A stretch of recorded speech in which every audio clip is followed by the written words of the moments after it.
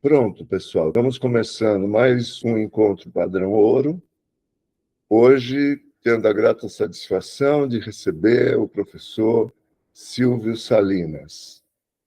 O professor Salinas é uma das pessoas que saiu do ITA em 64 e que se formou na Politécnica e no Instituto de Física, e se tornou um dos grandes físicos brasileiros.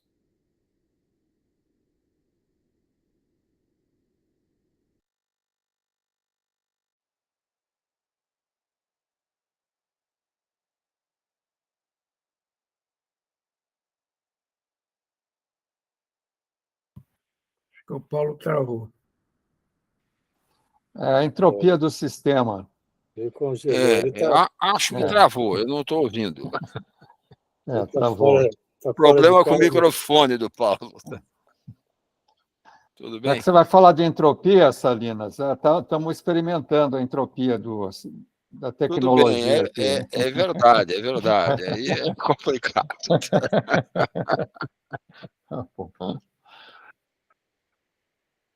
Entropia não é a espuma do chopp? É mais ou menos isso, mais ou menos isso. Outra vez? Aqui. Não.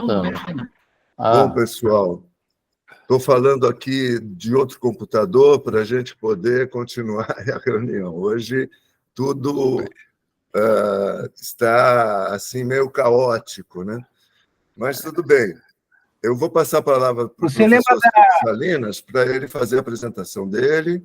Ele pode subir a apresentação e eu passo a palavra a você, desde já te agradecendo pela sua boa vontade em fazer essa comunicação para nós, ex-alunos do ITA.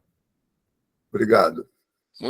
Muito bem. Então, você tem que me dar as instruções. O que eu faço? Coloco a apresentação. Isso, pode começar colocando a apresentação. Você tem 45 a 50 minutos para apresentar. Depois a gente vai abrir para perguntas. Deixa eu ver se eu consigo fazer isso no PowerPoint, tá? Vamos ver, tá? Senão tem que passar para o PDF, tá? Vamos lá, PowerPoint. Ok, vocês estão me ouvindo? Sim, todos. Tudo bem? Bom, eu combinei com o Paulo, poderia ter feito alguma outra coisa. Eu não vou falar exatamente sobre os meus trabalhos específicos. Né? Eu combinei com o Paulo de falar sobre origens da física estatística, e mostrando de onde saem essas ideias de probabilidades em física. Bom, nós estamos atualmente comemorando cerca de 200 anos de entropia, seja lá o que isso for, sabe? Né?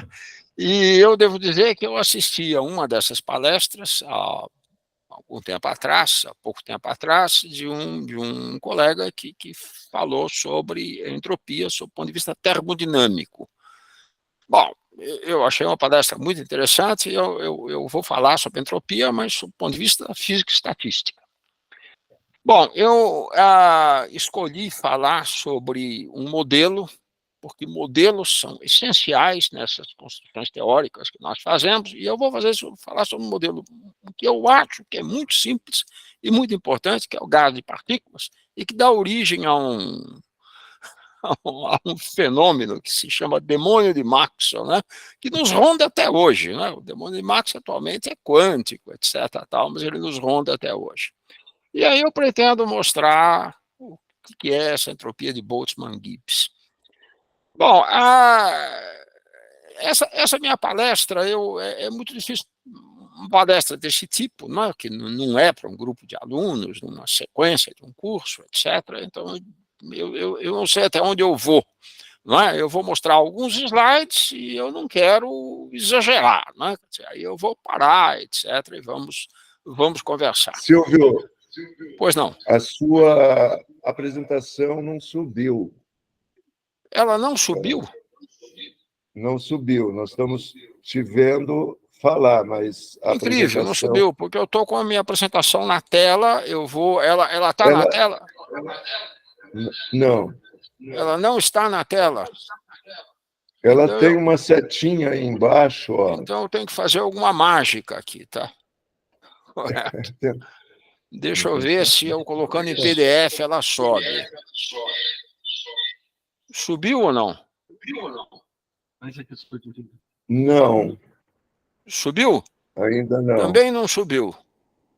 Bom, Essa então setinha aí embaixo, você está usando? tem uma setinha aonde... Espera um pouquinho. Ela aqui, né? Agora eu estou fora da... Ok, agora eu acho que... Bom, ela não subiu? Não. Curioso, tá? Tem alguma Mas coisa é assim errada mesmo, aqui, tem tá? uma tensão Tudo bem, o que eu tenho que nessa fazer? hora com o sistema. Essa hora, tudo bem, eu não sei o que eu tenho que Aqui, fazer, então. você viu a setinha? Hum, Só o PowerPoint, ele aparece. O PowerPoint aparece? Se você clicar na setinha. Está aparecendo? Olha, eu estou clicando aqui num local que é a apresentação de PowerPoint. Ela está aparecendo ou não? Não. Você tem que Não está? clicar no Google Meet, embaixo tem uma seta. Então eu acho que é isso. Eu acho que o Google Meet tem embaixo uma seta. Isso. Tem toda razão. Atividades, né? Não, atividades não é. Não é em atividades. Enquetes, lousa, tal, complementos, não, tá? Tem aonde essa seta, tá? Apresentar agora. Ó. Ok. Apresentar agora, é verdade, é verdade. Eu sou muito ruim nessas coisas. Do lado Tá? da mãozinha. Então, a tela Apresentar inteira. agora, Então, eu vou pôr a tela inteira, vamos ver o que acontece, tá? Apresentar agora, tá? Bom, vou cancelar, porque não é para apresentar a tela. Eu vou apresentar numa janela da tela, tá? Bom, compartilhar, tá? Isso. Agora apareceu? Agora apareceu? Está aparecendo? Isso, está subindo. Está aparecendo. Apareceram várias telas. Várias telas. Tá? Então, não, você tem que escolher. não está bom ainda, não. Eu vou fazer o seguinte, tá? Eu vou tentar de novo. Apareceu agora?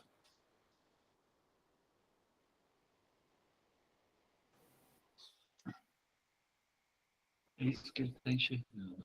É curioso que a impressão é que dá que está sendo compartilhada a tela inteira, todas as telas do teu micro estão aparecendo aqui. Todas as telas do meu micro. Posso então sair? Bom, isso aí é complicado. Isso. Tá, eu saí, tá? Tudo bem? Bom, agora eu não tenho nenhuma tela embaixo, tá?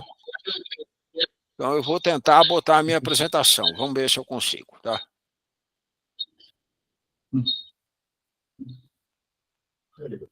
Saiu, parou.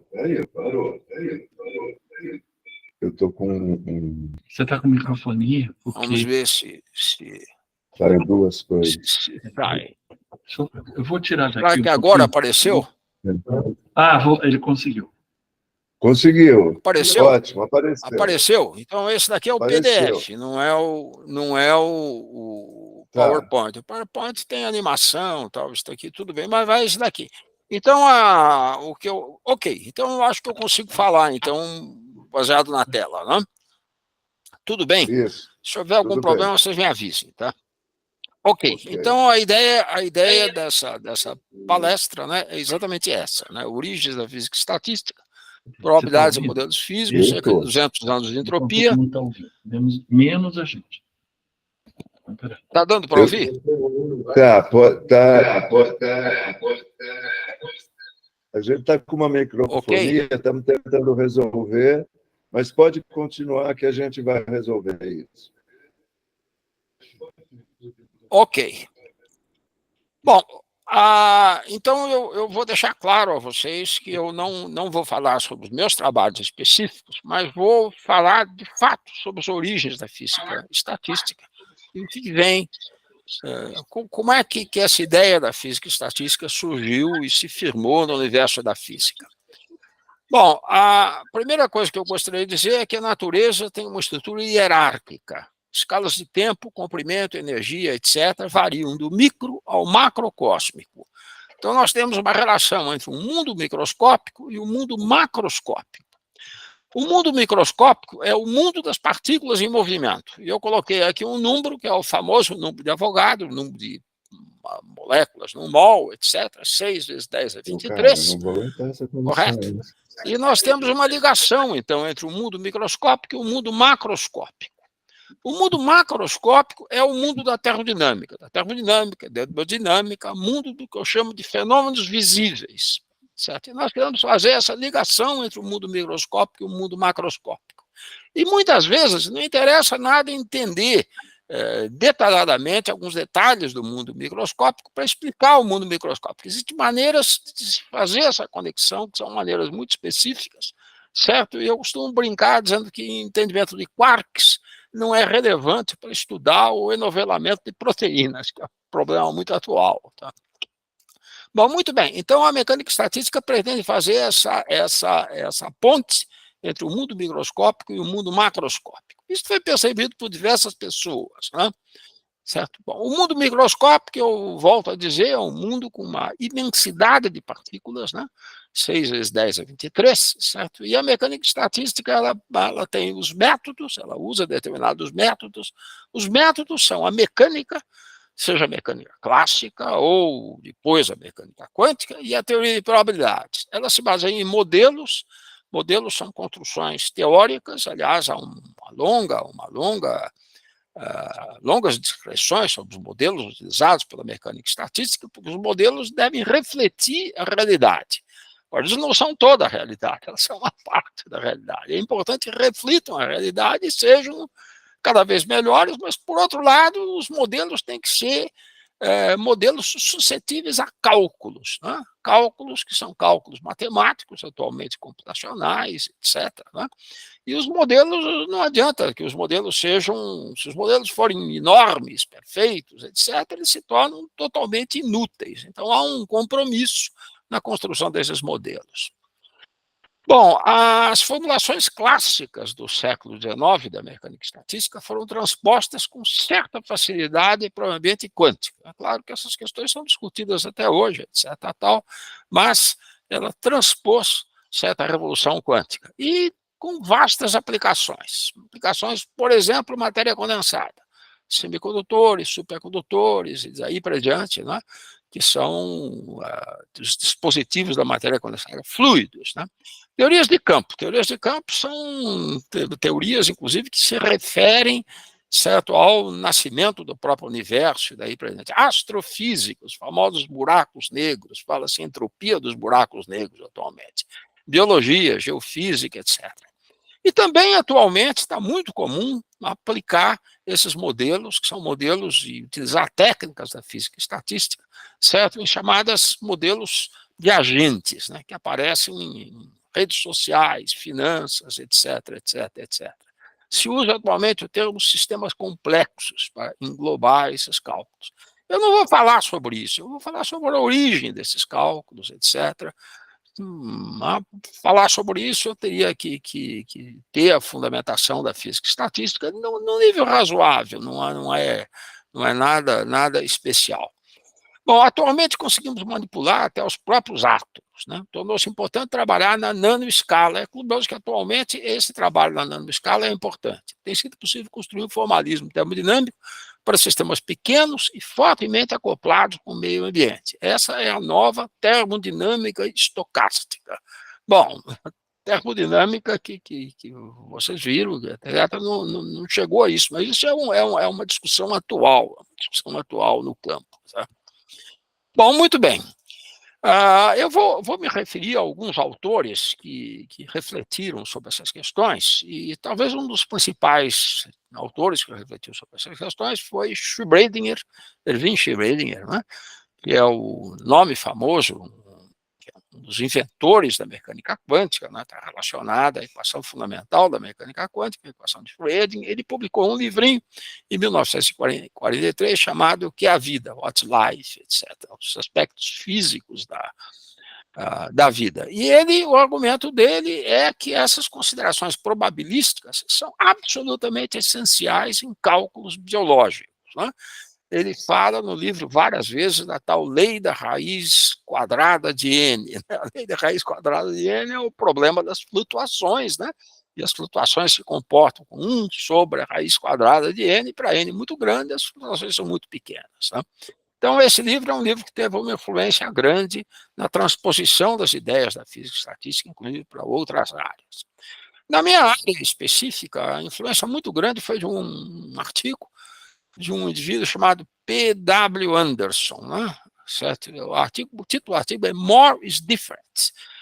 P.W. Anderson talvez seja menos, não é tão conhecido quanto Schrödinger, etc., mas é um grande físico teórico americano, etc., trabalhou na Europa também, que poderia ter, ele ganha, sem dúvida, prêmio Nobel, etc., poderia ter ganho vários prêmios Nobel, né? Mas ele publicou um artigo em 1972 na revista Science, e a ideia dele é que em sistemas muito grandes pode surgir uma polarização, algum tipo de ordem, ou uma quebra de simetria, mesmo quando as moléculas individuais não têm nenhuma polarização preferencial.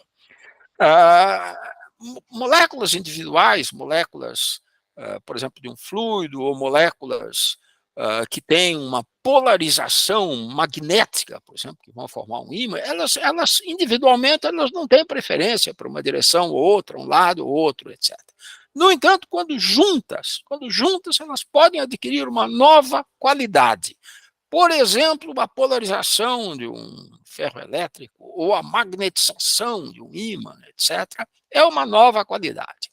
Bom, isso tinha sido percebido de uma maneira bem geral, etc., por um grande físico soviético, Lev Landau, em 1937, que tem toda uma teoria sobre transferência de fase, certo? Que se luta até hoje. É uma grande teoria, e o que se faz hoje são considerações em torno dessa teoria, tentando sofisticá-la ao máximo, etc. Mas ela prevê muitas coisas. O problema é que Landau tinha intuições fantásticas, né? As pessoas com quem eu trabalhei costumavam dizer que Landau era um fulano que tinha comunicação com Deus direto, né? Então sabia o que fazer. Então, tanto Anderson quanto Landau talvez não sejam tão conhecidos quanto Schrödinger, mas são os grandes nomes da área, né? Correto? A brincadeira é que essa afirmação de Anderson é altamente é a lei da dialética, né? A quantidade que se transforma em qualidade. Ele mesmo reconhece isso no fim do artigo, brincando, tá?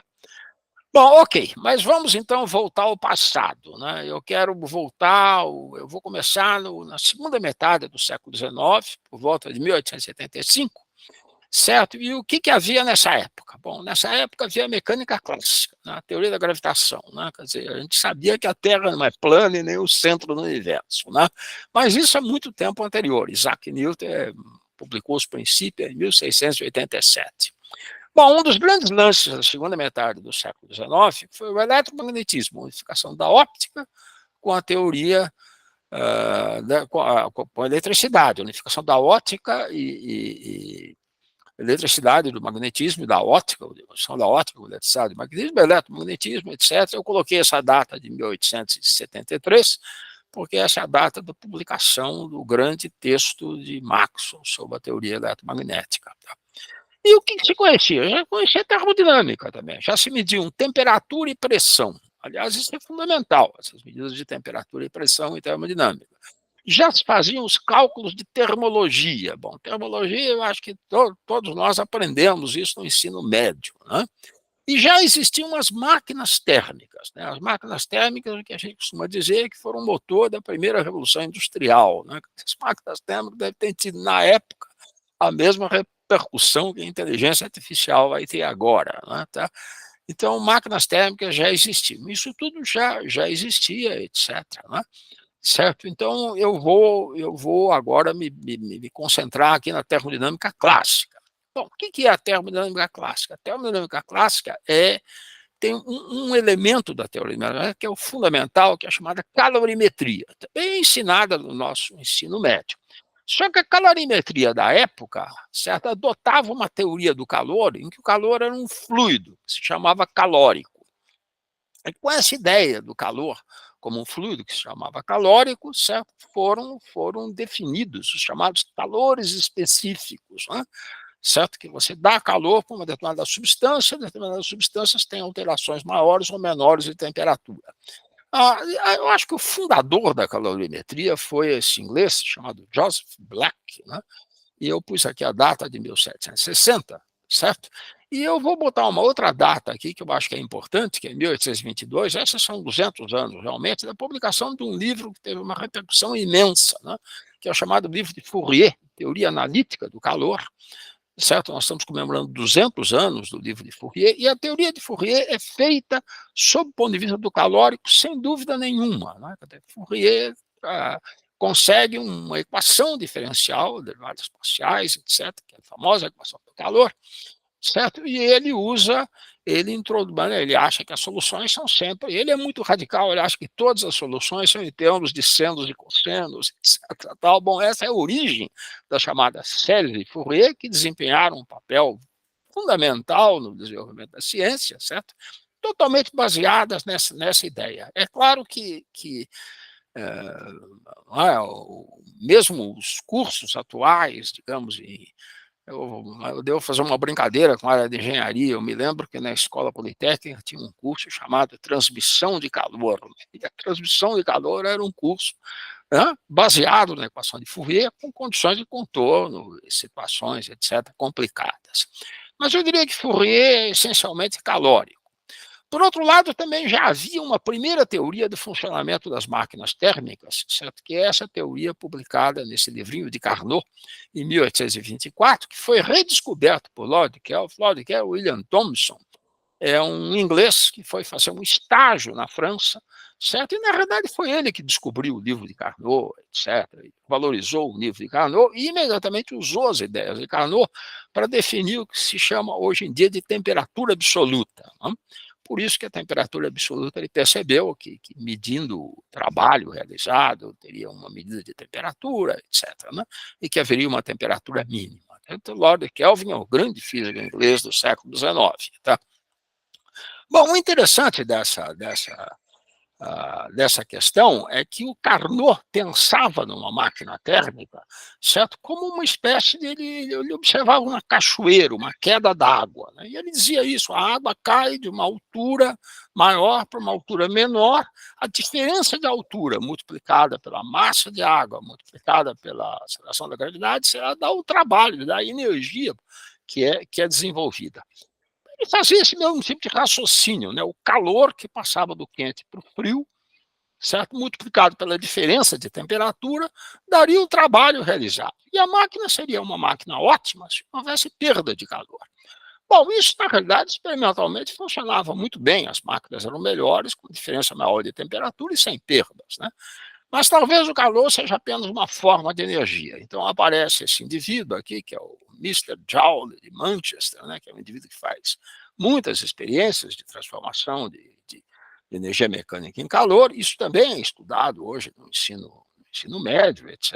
Tal, e é necessário, então, fazer uma conciliação entre Carnot e Joule. Essa conciliação entre Carnot e Joule é feita em vários trabalhos desse físico alemão, Rudolf Clausius, em vários trabalhos, etc., e ele percebe que ele tem que manter aquela ideia do Carnot, certo, de alguma coisa que flui, né? Mas o que flui não pode ser o calórico, existe conservação do calor.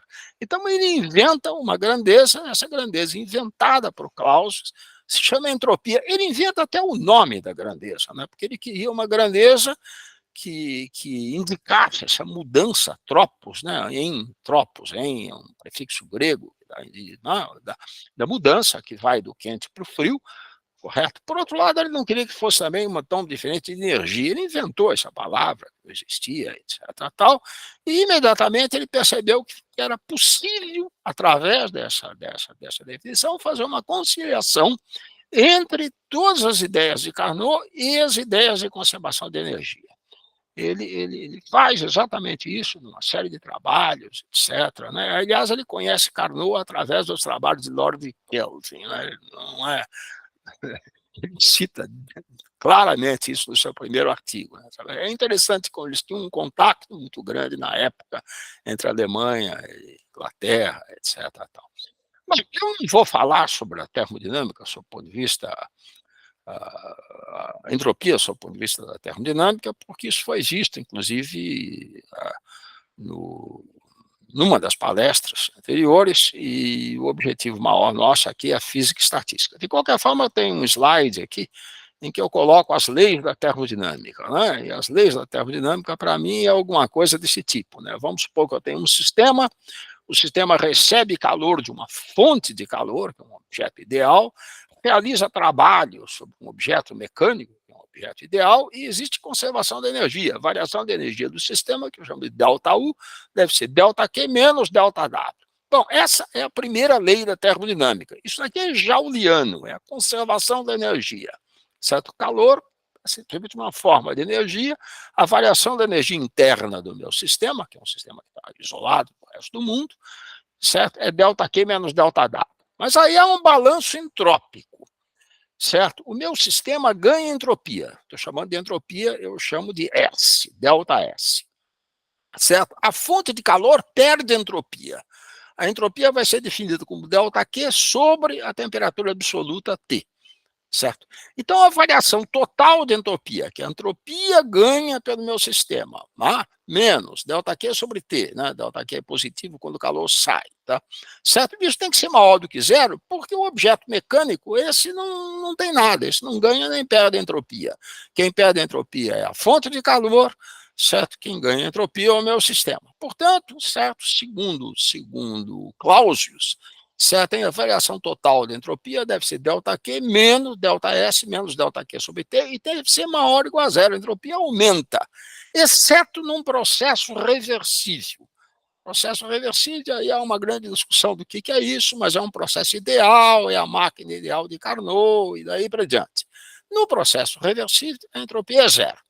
Bom, essa é, então, digamos, um resumo das duas leis da termodinâmica, certo? Existe um físico que é um dos fundadores da física estatística, Gibbs, certo? Ele resume essas duas leis numa epígrafe de um trabalho, citando Clausius, né?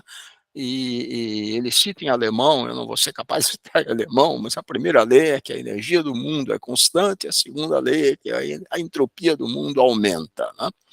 Bom, ok, então eu não quero continuar, certo, falando sobre isso. Bom, agora vamos pegar uma lei típica da termodinâmica, eu vou fazer um cálculo estatístico.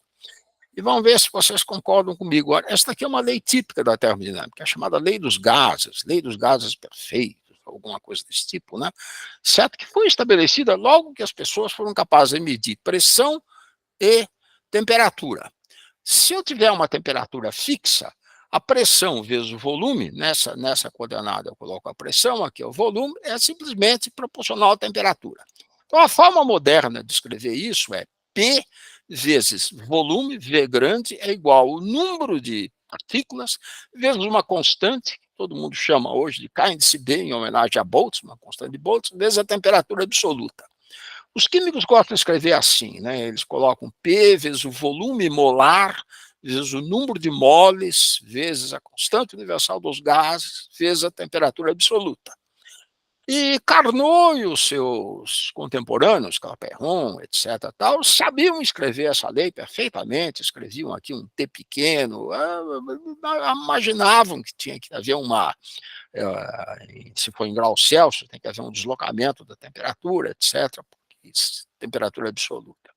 Então, essa é uma das leis típicas da termodinâmica, é uma lei macroscópica, é uma lei fenomenológica, estabelecida experimentalmente, etc., muito conhecida no século XIX, certo? E claro que as experiências eram feitas com o ar, né? No século XIX se faziam experiências com CO, CO2, etc. Tá? Bom, então a primeira ideia é como explicar uma lei desse tipo. Como explicar uma lei desse tipo? Bom, a explicação para essa lei, a primeira explicação dessa lei interessante foi dada num trabalho de Clausius. Clausius escrevia em alemão e os trabalhos eram traduzidos e publicados na Inglaterra rapidamente, um ano depois, ou menos do que isso, etc., né? E eram muito bem. Esses trabalhos dá para conseguir na rede hoje, etc. Tal. E ele escreveu um trabalho, o título do trabalho é muito bonito. É a natureza do movimento que nós chamamos de calor. The Nature of the Motion, which we call heat. Bom, o que é o calor? O calor é uma energia em movimento. Né? E o que ele faz? O que Clausius faz? Clausius considera um modelo de partículas, certo? E supõe que as partículas de um gás não oscilam, se movem em linha reta com velocidade constante, certo? Isso é incrível, né? Supomos uma caixa cúbica, por exemplo. Então, ele supõe que as partículas, certo? São 6 feixes de partículas, 1/6 das partículas se movem na direção positiva do x, 1/6 na direção negativa do x, etc. Elas batem na parede, têm choques elásticos e voltam. Certo? É um modelo extremamente rudimentar, Mas ele gostou desse modelo, que foi um modelo publicado por um contemporâneo dele, o Koenig, etc. Tal, né? E esse modelo é conhecido na literatura como modelo de Koenig-Clausius. Né? Eu vou contar até uma brincadeira para vocês. Eu aprendi esse modelo lendo um livro de física que foi publicado quando eu fazia física no ITA, né, com o professor Pompeia, né, tá correto, o Resnick-Halliday, está lá explicado, tá, o modelo de Koenig-Clausius. Das edições mais recentes dos últimos anos desse Resnick-Halliday, eles tiraram isso, eles simplificaram o livro enormemente, tá? Mas tudo bem. Então, nós vamos supor o modelo, essa é a ideia do modelo, né? O modelo é esse. O modelo é que as partículas, né? Está aqui o modelo mecânico de Koenig-Clausius. Um cubo de lado L e volume V igual a L ao cubo. N partículas de massa M e todas com velocidade constante, que eu vou chamar de C, para lembrar. A velocidade para mim vai ser distribuídas igualmente em 6 feixes de partículas. As partículas se chocam elasticamente com as paredes do cubo e mudam de feixe. Você vinha no feixe mais X, chocou com a parede e vai para o menos X. Então, você pode traçar uma superfície de área ΔA numa das paredes do cubo e fazer essa pergunta: quantas partículas atingem a superfície de área ΔA durante o intervalo de tempo ΔT? Basta calcular o número de partículas desse cilindrozinho, que é um cilindrozinho de área ΔA, a tampa é ΔA, certo? A altura dele é C, velocidade C vezes ΔT. Todas as partículas que estiverem aqui se chocam com essa tampa, certo? Durante o tempo ΔT. Bom, quantas partículas tem aqui? É 1/6 de N sobre V. N sobre V é a densidade de partículas por volume, mas é 1/6 só que está na direção mais esquiça. Certo? A altura é C vezes ΔT, a área é o número de partículas. Agora, cada uma dessas partículas, ela tem um momento que é M vezes C, massa vezes velocidade, e o momento fica menos mc, porque ela muda. Então, é uma variação de momento de 2mc, certo? Se você pega o momento 2mc, certo? Multiplica pelo número de 2mc é a variação de momento. Aí você pega a variação de momento e divide pela área, isso daí dá uma pressão, dá uma força, dá uma pressão, certo? Porque 2mc, a variação de momento por tempo é uma força, certo? Dividido pela área dá uma pressão. Então, você calcula a pressão do gás. Essa é a forma de calcular a pressão do gás, tá? Certo? Eu fiz essa conta aqui, certo? Porque é uma conta mecânica, né? A gente sabia que pressão é força sobre área, certo? Então, dessa forma, você divide isso daqui pela área, divide por 2mc, por ΔT, etc. Tal, você acaba achando a pressão. Acaba a pressão.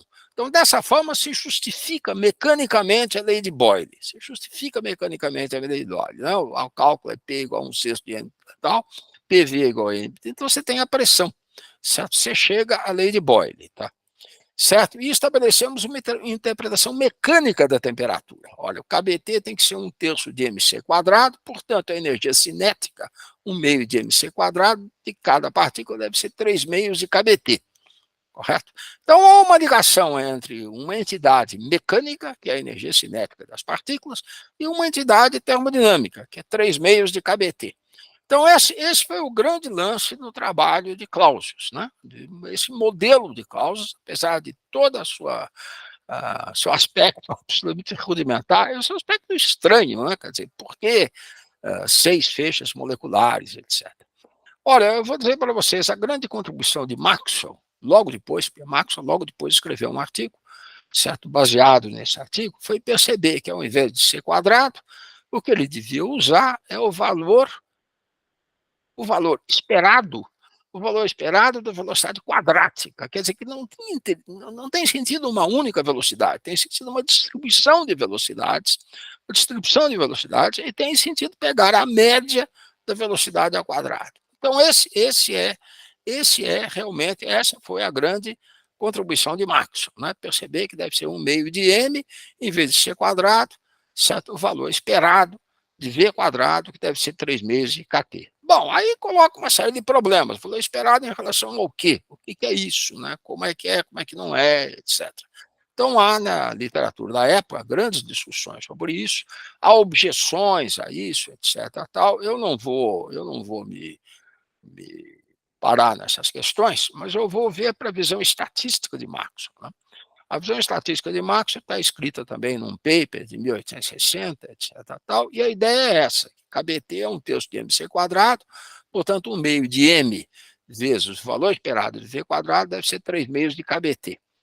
O que Maxwell faz? Maxwell estuda as colisões elásticas de 2 partículas esféricas. Então, agora o modelo já é mais sofisticado.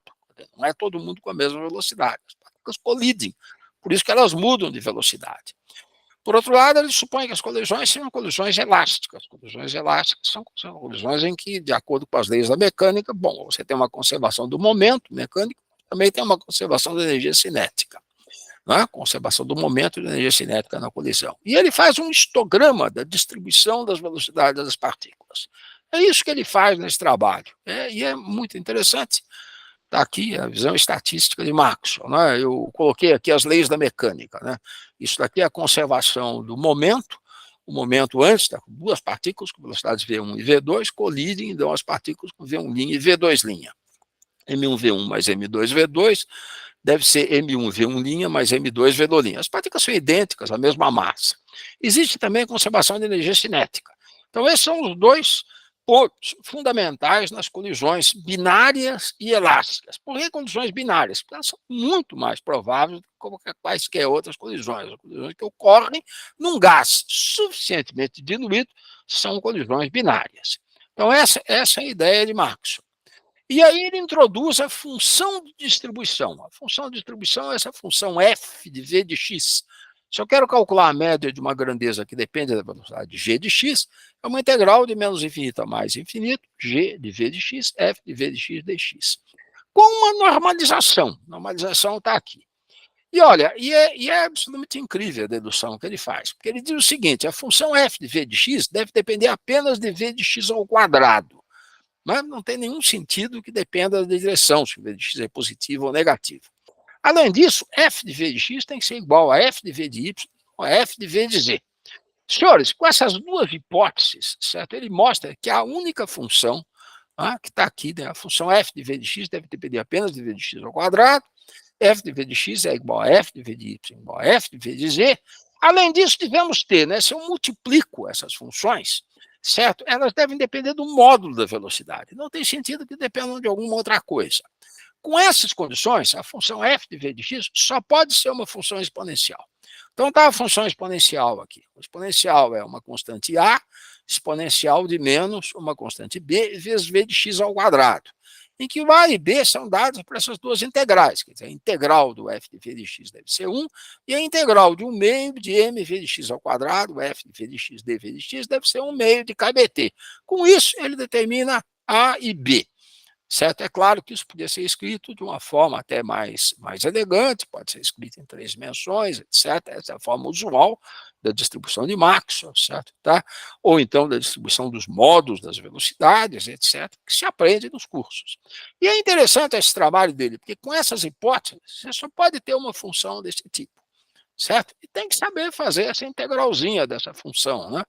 Eu diria até que a integralzinha da função é a única integral que os físicos são capazes de fazer, né? Porque o resto não dá, né? Mas essa dá para fazer, etc. Tal, né? A gente aprende a fazer. Está aqui a distribuição de Maxwell, etc. Né? Claro que ele foi inspirado em erros experimentais, ele fala sobre notas dos alunos, dados biométricos, etc. Né? Certo? E a verificação experimental disso só veio muito depois, na década de 50, através de estudo de feixes moleculares. Né? Eu devo dizer até que é claro que Maxwell ele se baseia muito inspirado na análise de erros experimentais, ele também se baseia muito em dados biométricos, etc. E ele foi contemporâneo de Darwin. Né? E é curioso, porque Darwin nunca usou probabilidades nos seus estudos biológicos. Né? Certa coisa que é usada hoje, sem dúvida nenhuma. Normalmente você percebeu que seria muito interessante usar probabilidades. Né? E, enquanto que Maxwell não, Maxwell captou probabilidades imediatamente. Então, aqui está a famosa distribuição exponencial de menos a energia cinética, 1 meio de mv de x ao quadrado, sobre KBT, sobre a constante KBT. Né? Às vezes isso é conhecido por nome de fator de Boltzmann, que é o fator fundamental da mecânica estatística. Bom, isso tudo que eu falei é a pré-história da física estatística. Com isso, é possível fazer ter uma série de resultados. Né? Inclusive, é possível estabelecer uma teoria cinética dos fluidos, é possível fazer cálculos dos coeficientes de transporte, por exemplo, calcular a lei de Ohm, calcular a condutividade térmica e calcular, inclusive, a viscosidade. Esse cálculo de viscosidade de um fluido foi feito por Maxwell, tá? Que achou esse resultado, ele achou que a viscosidade do fluido aumenta com a raiz da temperatura. Esse é um resultado muito estranho, porque a gente acha que a viscosidade devia diminuir com a temperatura. Um fluido mais quente devia ser menos viscoso. Só que não é assim, porque essa teoria se aplica para fluidos diluídos, densidades baixas. E ele foi fazer experiências, etc. Dizem que a mulher dele é que fez, etc. Tal, e de fato confirmou. Né? É um fato um pouco estranho, mas foi confirmada essa raiz de T. Tá?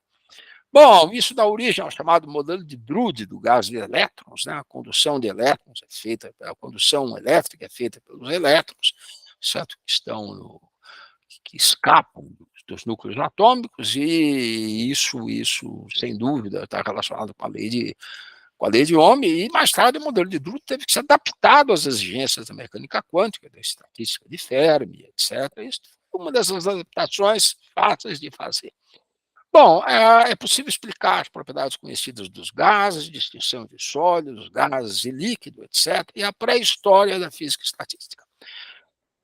Tem uma citação de Feynman, né? Feynman é o grande nome da física do século XX, né?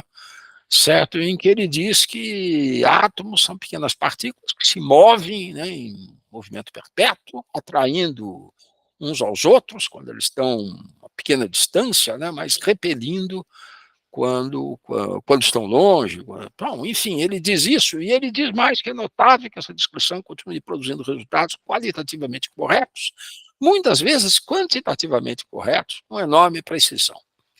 Bom, isso está no Feynman Lectures, que foi esse texto que teve uma influência muito grande no ensino de física, né, a partir da época em que foi publicado.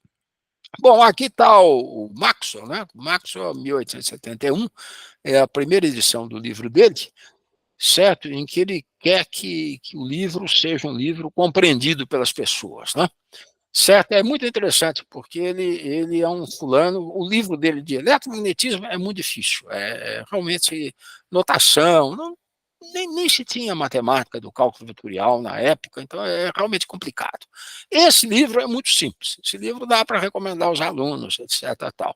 Só que essa edição de 1871 tem erros famosos. Um dos erros famosos é que ele não tinha entendido direito, em 1871, ele não tinha entendido direito o trabalho de Clausius, a definição de Clausius de entropia. Então, ele diz que a entropia, ao invés da entropia aumentar, diz que a entropia tendia a uma constante, etc. Tal, né? E ele mandou esse livro para várias pessoas, etc., inclusive para o professor Gibbs, que é o grande físico americano, que praticamente nunca saiu de New Haven, Connecticut, ok? E Gibbs escreveu uma carta a ele, mostrando, corrigindo, etc. Tal. Então, ele foi obrigado a fazer uma reedição do livro, certo? Em que ele faz essas correções com muito cuidado, porque na época eram tipos de chumbo, né? Não podia mudar muito, né? Correto? Inclusive usa a escala Celsius, etc., né? E ele passa a ser um enorme admirador de Gibbs, né? Ele se refere ao método geométrico do professor Gibbs de Yale, né? Esse livro, com notas de Lord Rayleigh, está numa edição da Dover, etc., baratinho, é fácil de conseguir. Então, é o primeiro livro didático de termodinâmica, etc. Na última página desse livro, ele tem uma experiência do pensamento, etc. Tal, é um alemão, Gedanken Experiment, tá? E que ele considera um fluido, certo, em que tem partículas muito velozes, vermelhas, né, e partículas azuis, certo, que são mais, digamos, menor velocidade, etc., a uma temperatura constante, certo? E tem uma portinhola aqui, certo? E com essa portinhola a temperatura está constante. Tem um indivíduo que eu coloquei aqui com um tridente, que é um indivíduo demoníaco, né? Certo? E ele, quando vê as partículas velozes passando para a direita, ele abre a portinhola. Quando vê as partículas azuis passando para a esquerda, ele abre, deixa passar, e depois de um determinado tempo você tem um lado, que é um lado que fica frio, e o outro lado que fica quente, que fica com partículas quentes, espontaneamente, sem realizar nenhum trabalho, simplesmente pela inteligência desse fulano, etc. Tal. Então, essa é uma experiência modelo imaginário, é o último capítulo de Theory of Heat, etc. Tal, e o problema é o seguinte, o problema é como construir, quer dizer, será possível construir uma experiência desse tipo? Se nós conseguirmos fazer uma experiência desse tipo, a temperatura ambiente fixa, certo? Nós estamos violando certamente a lei do aumento da entropia, né? Certo? O William Thomson, que chamou esse indivíduo de Maxwell's Intelligent Demon, etc. Tal. Bom, esse problema é um problema que nos ronda desde essa época, né? Houve várias tentativas de produziu o demônio de Maxwell, várias experiências, etc. Continua havendo, é incrível que continua havendo. Hoje em dia o demônio é quântico, né? Porque as experiências são feitas com pontos quânticos, etc. Tal. Outra coisa é o seguinte, a interpretação dessa experiência também foi muito útil em termos da conexão entre entropia e informação.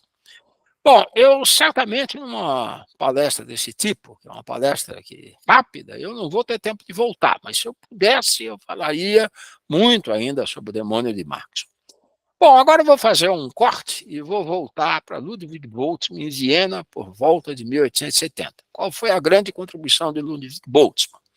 A grande contribuição de... Bom, Viena, final do século, deve ser um local absolutamente fantástico, etc., né? E a grande contribuição de Boltzmann é que ele volta a esse esqueminha de colisões binárias, né? Duas partículas com velocidades V1 e V2, certo? I é o início, né? O é o final, é in, out, né? Certo? E como é que elas saem? Elas saem com V1 e V2, etc. Tal. E o que ele faz é o seguinte, ele escreve uma equação diferencial, certo? Para a evolução temporal da função de distribuição de velocidades. A função de distribuição de velocidades de Maxwell não tinha o tempo, era uma função de distribuição do equilíbrio. Aqui não, aqui tem o tempo. E essa equação é uma equação complicada.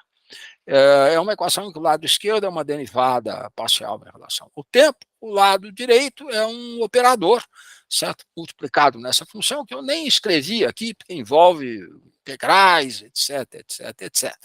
É claro que isso daqui, do ponto de vista mecânico, não é difícil de formular, não é difícil de formular, aqui sai complicado, etc. Tal.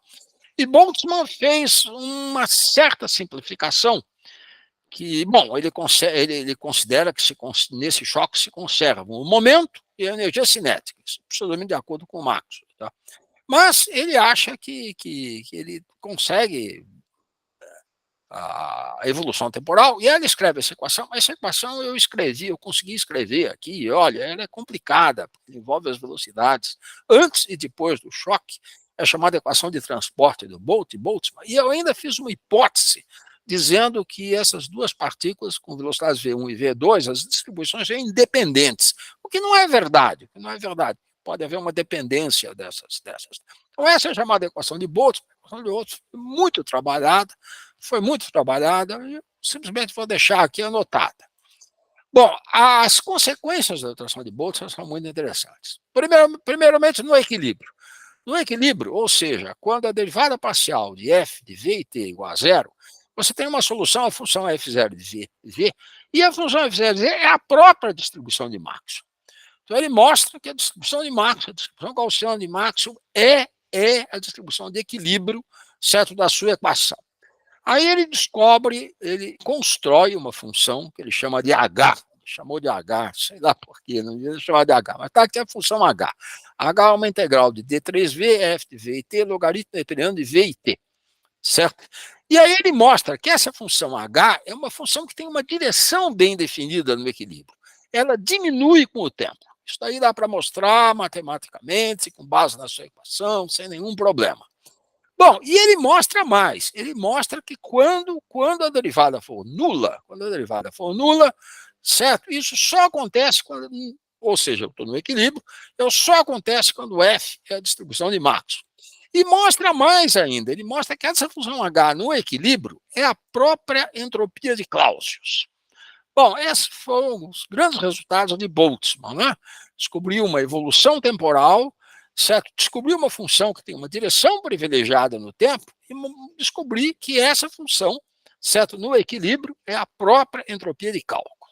Bom, tudo bem, há grandes discussões de como é que seria essa função H, etc., como seria a função H, e há enormes paradoxos associados a essa função H. Os paradoxos são os seguintes. Em primeiro lugar, a entropia, certo, segundo Boltzmann, Clausius, tem uma direção definida no tempo, aumenta no tempo, o H diminui, ele tem um sinal aí trocado, mas tudo bem. Ele usava, se eu puser o sinal menos aqui, dá direitinho, mas tudo bem, historicamente foi assim que ele fez. Agora, como explicar o comportamento irreversível, levando em conta que as leis da mecânica são reversíveis? As leis da mecânica clássica são absolutamente reversíveis. Se eu tenho um movimento em relação ao tempo, chega um lado do tempo, se eu mudar todas as velocidades, as partículas fazem o mesmo movimento ao contrário. Então, as leis são reversíveis. Então, há uma incompatibilidade entre a reversibilidade da mecânica clássica e a irreversibilidade da entropia. E o problema não é só clássico, o problema é também quântico, porque as leis da mecânica quântica também são reversíveis. Equação de Schrödinger, etc., são reversíveis. Então, como é que fica isso? Bom, esse é um grande problema, certo? É um problema que nos ronda até hoje, né? Como explicar a irreversibilidade, etc. Nós hoje sabemos como lidar com essas questões, mas é um problema sério, né? E aí Boltzmann foi obrigado a ter uma visão estatística da função H. Ele dizia, bom, a função H não é propriamente uma função lisa, etc., né? É uma função que tem flutuações, etc., e há grandes discussões entre Boltzmann e o próprio Marx e outras pessoas nas páginas de Nature, né, publicavam essas, né? E essa é a visão estatística de Boltzmann, né? E existe uma afirmação de Marx muito interessante. The second law is continually being violated. In any sufficiently small group of molecules, the numbers increase, the probability of a measurable variation may be regarded as practical impossibility. Bom, essa é a visão que a gente tem hoje. A gente acha que é um problema de ter um número muito grande de partículas, certo? E quase todas as condições iniciais do movimento sugerem um aumento da entropia. Há condições especiais, condições iniciais muito especiais, que não concordam com isso. Então, hoje em dia se usa, inclusive, essa palavra tipicidade dos movimentos. Bom, ok, eu acho que eu já falei um pouco demais, mas deixa eu fazer duas coisas aqui para vocês. Isso aqui é o túmulo de Boltzmann no cemitério central de Viena, né? É uma brincadeira que eu faço com os alunos, né? E, por incrível que pareça, eu já tive alunos que foram a Viena, visitaram o cemitério central e me mandaram fotografia. Tá? Essa fotografia é de um colega meu que esteve lá, né? E é muito interessante, porque está aqui o túmulo de Boltzmann e tem uma equação aqui no topo do túmulo de Boltzmann. E não é essa equação do teorema H. O teorema H está aqui, olha. O teorema H, a função H, é uma integral de D3V, F de V e T, logaritmo dependendo de F de V e T, tá? Certo? Enquanto que a função que está aqui logaritmo, por exemplo, de W, o que é esse W? Olha, essa acho que foi uma forma que Planck escreveu depois, etc. Mas tudo bem, não é exatamente a visão desse trabalho, mas é de um trabalho seguinte, que eu costumo chamar de visão estatística de Boltzmann. Bom, eu gostaria muito de falar sobre essa visão estatística de Boltzmann, mas eu acho que se eu fizer isso, eu talvez canse vocês e perca aqui perca a audiência de uma maneira total. Então, eu só vou dar duas pinceladas. Né? Boltzmann foi tão assediado por essa questão de irreversibilidade, como é que funcionava a sua estatística, que ele bolou, então, um outro modelo, certo? Onde que ele pudesse fazer cálculos, que fossem cálculos probabilísticos, mais diretos, mais simples, etc. Tal. E aí ele fez um absurdo para a época, né? Ele conseguiu um gás ideal de N partículas com uma distribuição de valores discretos de energia. Quer dizer, ele pegou um gás com energia total E, certo? E discretizou a energia em célulazinhas, né? Certo? É como se eu pego, dividir a energia em células. Cada célula J com energia J tem NJ partículas. E supus, então, que a somatória do NJ, né, sobre todos os J, sobre todas as células, é o N grande.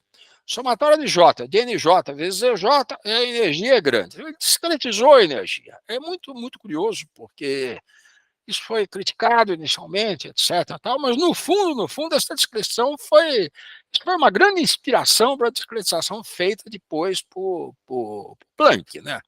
O trabalho de Planck é de 1900, e o trabalho de Boltzmann de 1877, sendo que Planck era um crítico da física estatística de Boltzmann, depois voltou atrás. Bom, aí ele faz uma pergunta, de contar o número de configurações, estados microscópicos do gás, com N1 partículas de energia 1, N2 partículas de energia 2, e assim por diante. E o número de estados acessíveis ao gás é N fatorial, dividido por N1 fatorial, N2 fatorial, N3 fatorial, etc, etc, etc. Bom, mais tarde, essa é uma contagem, supondo que as partículas são clássicas, indistinguíveis, etc, etc, etc. Isso foi modificado muitos anos depois por Planck, aí vem as estatísticas quânticas, etc. Mas ele foi o primeiro a fazer isso, certo? E eu normalmente escrevo essa expressão para os alunos, explico, etc. Tal, e uma parte dos alunos já viram isso no ensino médio, outra parte não, eu sou obrigado a explicar números combinatórios, etc. Tal, mas não dá para fazer isso aqui. Então, um gás com N partículas no volume V com energia total E. Dividir a energia em células, cada célula com energia J tem NJ partículas, então a somatória em NJ é N, somatória em J de NJ é E, certo? Aí eu conto o número de configurações. O número de configurações está sendo, tá? E aí o que é? Eu calculo esse número de configurações, eu vou chamar de ômega, certo? E aí digo o seguinte, bom, o que é a entropia? A entropia do sistema é simplesmente, a entropia do sistema é simplesmente o logaritmo neperiano de ômega. O duro é calcular o ômega, né? Certo? O duro é calcular o ômega, com essas duas restrições, etc.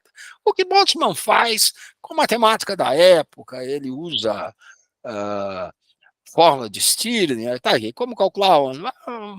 Basta encontrar o termo máximo da soma, etc. Tal. Eu não vou entrar em detalhes desse cálculo, mas esse é o cálculo que ele faz.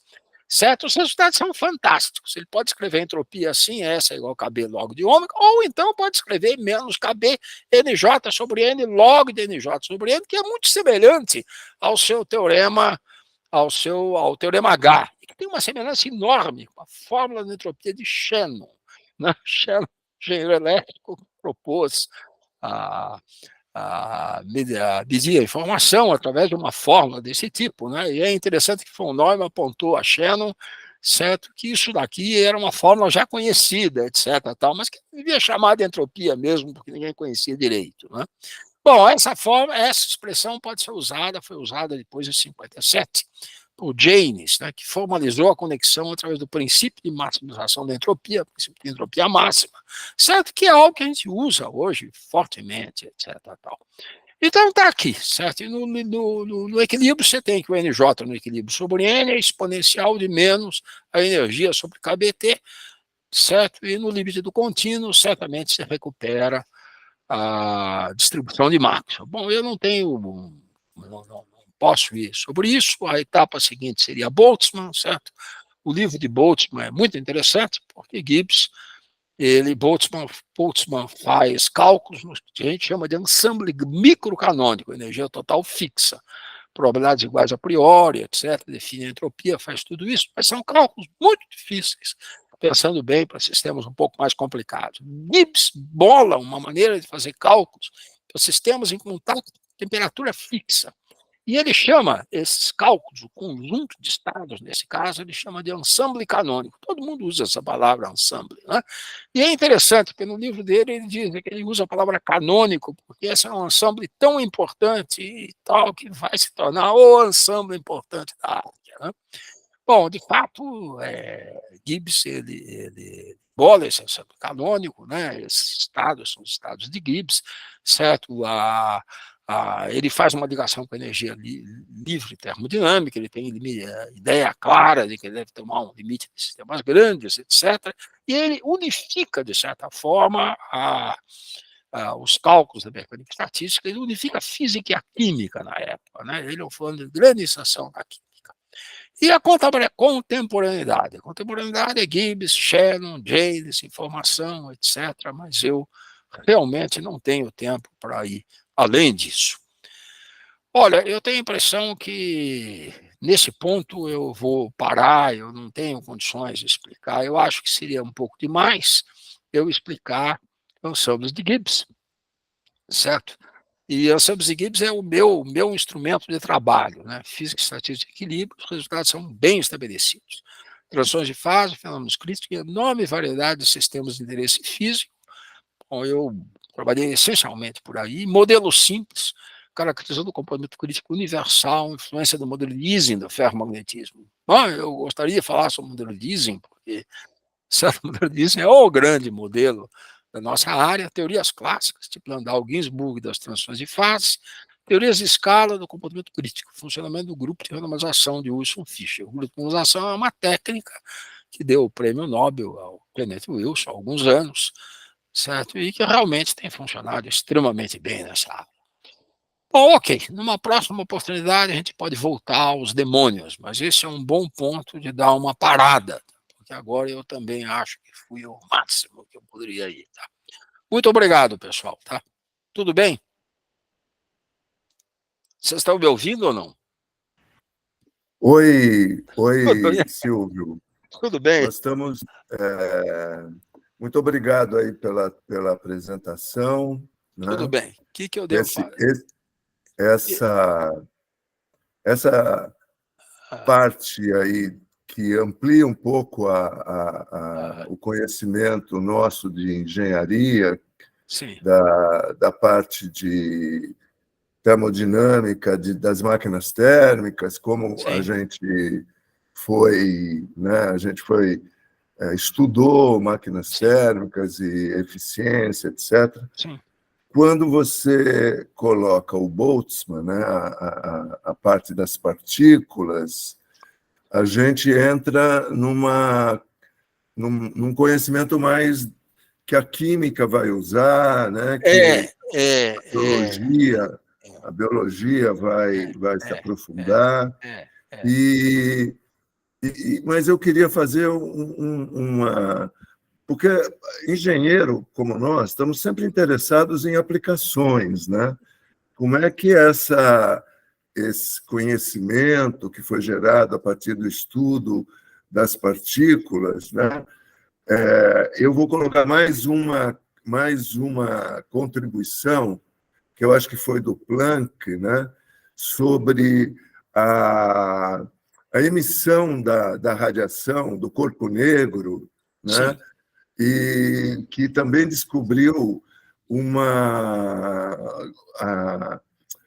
quantidade importante do sigma T a quarta, né? Como a quantidade de energia que emite, o corpo emite, depende da sua temperatura absoluta, né? Tudo bem. E também esse conhecimento dado pelo Planck leva a um H vezes Ni, né? Leva para um mundo também microcósmico.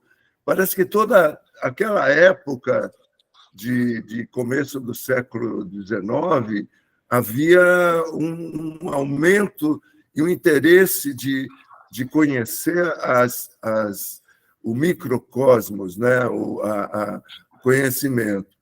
O transistor, né, foi uma consequência desse avanço, porque se percebeu que a emissão da energia era por níveis, né?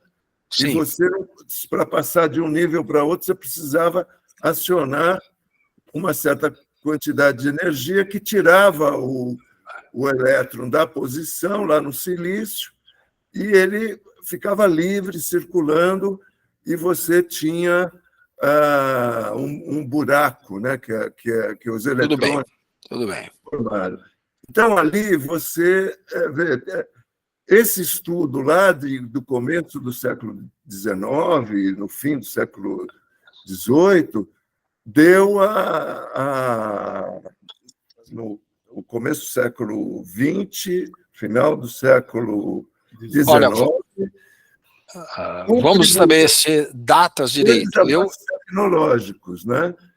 Eu me limitei ao final do século XIX, eu não entrei no século XX. Mas tudo bem, essa é a base que, mexendo com as partículas, com um conhecimento teórico sobre as partículas, a gente conseguiu avançar aplicações práticas, né? Sim. E surgir, inclusive, a lógica digital, sem dúvida, todo esse avanço que ocorre hoje. A minha pergunta para você é assim: quanto vai diminuir os chips, né? Porque os chips vêm diminuindo e com mais transistor né, sendo incorporados em cada chip que a gente tem. A pergunta é: qual é esse limite? Existe um limite? Parece que nós estamos chegando em limites do tamanho dos átomos, dos elétrons, das partículas. Isso acho que é o limite. Bom, é difícil responder isso, porque é claro que eu me limitei eu fui até quase o final do século XIX, eu não entrei na revolução quântica, né? Gibbs é o grande físico americano do final do século XIX. Tá? Isso todos admitem, etc. Tal. E a mecânica estatística gibbsiana, ela é usada, ela é aceita hoje, certo? Ela é de grande utilidade para estudar os sistemas em equilíbrio. E ela passou por pequenas modificações quânticas, quer dizer, não foram tão graves as modificações da mecânica quântica, e as modificações da mecânica quântica acabam levando a férmions, bósons, e supercondutividade, superfluidez, etc, etc, etc. Esse, aliás, é o meu trabalho, mas eu não entrei em pequenas origens, realmente, tá? Agora, semicondutores. Os semicondutores, eu tenho a impressão de que semicondutores foram bem caracterizados já na década de 50. Essa é a impressão que eu tenho. Eu fui aluno do ITA de 61 a 64, eu saí do ITA, eu estava no segundo ano de eletrônica, né? Então eu cheguei a ter cursos no terceiro ano do ITA, certo? Com um ilustre professor francês, que explicava muito bem semicondutores, explicava muito bem, sem dúvida nenhuma. Ele tem um livro que alguém deve ter ajudado, chamado professor Cassignol, Jean-Etienne Cassignol. Certo? Deve ter sido o primeiro livro em português, certo? Explicando semicondutores, explicando bandas de energia, explicando a chamada energia de Fermi, que ele chamava de Fermi, energia de Fermi. Tudo bem, tá correto? Bom, a situação é essa, quer dizer, essas coisas estão aí hoje há um bom tempo, né? Eu diria que no mínimo 70 anos, né? E aqui no Brasil elas eram ensinadas nos cursos do ITA na década de 60, deve ter havido uma continuação desse ensino, etc. Tal. No entanto, aqui no Brasil, nós não fabricamos chips até hoje, né? Que eu saiba, não há. Todas as tentativas foram por água abaixo, quer dizer, não houve chance, né? Bom, falando então em miniaturização. Acho que a gente não conseguiu ainda ser competitivo, vamos dizer assim, conseguir ter produzido nas velocidades que de maneira nenhuma, os americanos, não conseguimos isso, embora isso tivesse sido ensinado na hora certa no ITA, pelo menos, eu acho que aqui na Poli também, tá? Correto? E tinha esse livro em português, né? Tinha esse livro em português, do professor Cassinhol, deve existir o livro ainda, tá? Correto? Então, tudo bem, a mecânica quântica, a mecânica quântica, ela influencia a mecânica estatística no sentido de mudar o formalismo. Quer dizer, o formalismo utilizado por Gibbs e utilizado por Boltzmann era o chamado formalismo do espaço de fase clássico, certo? A equação de Liouville, etc, etc, etc. Aí você vai para a mecânica quântica, ao invés de usar o espaço clássico, etc., você vai usar o espaço de Hilbert, certo? E no espaço de Hilbert aparecem as funções de Hilbert e aparecem as discretizações, certo? A equação fundamental não é mais o teorema H, mas é uma equação que hoje em dia se chama equação de von Neumann, etc. Tal. A entropia, a formulação da entropia é uma formulação quântica. Tá? São modificações importantes, mas não são modificações conceituais. Não são modificações conceituais mais sérias. Modificações conceituais mais sérias são as tentativas de explicar o que acontece fora do equilíbrio. Aí é muito mais sério. E aí existem divergências na literatura, etc., maneiras clássicas de fazer os cálculos, maneiras quânticas, etc. Bom, não sei se eu respondi a tua pergunta, talvez não. Tá? Ok. Estava querendo um pouco trazer para esse caráter estatístico, esse caráter de tratamento. Quando você tem as partículas subatômicas, atômicas, né? O que a ciência fez foi tratar estatisticamente, né? Claro. E o que muda é a estatística. Hoje em dia a gente sabe que basicamente as partículas ou são bósons ou são férmions. Então a estatística que Boltzmann usava nesse modelinho que eu mostrei é uma estatística clássica de partículas distinguíveis. O que Planck fez foi fazer um outro tipo de estatística com o mesmo tipo de arcabouço. Bom, e hoje você pode fazer ou bósons, ou férmions, etc. Tal, e os resultados são de fato fantásticos. Né? Correto. Ok. As ideias estão lá em Boltzmann, tá? Sem dúvida nenhuma. Tá? Certo. Eu vou pedir para, mantendo essa nossa linha de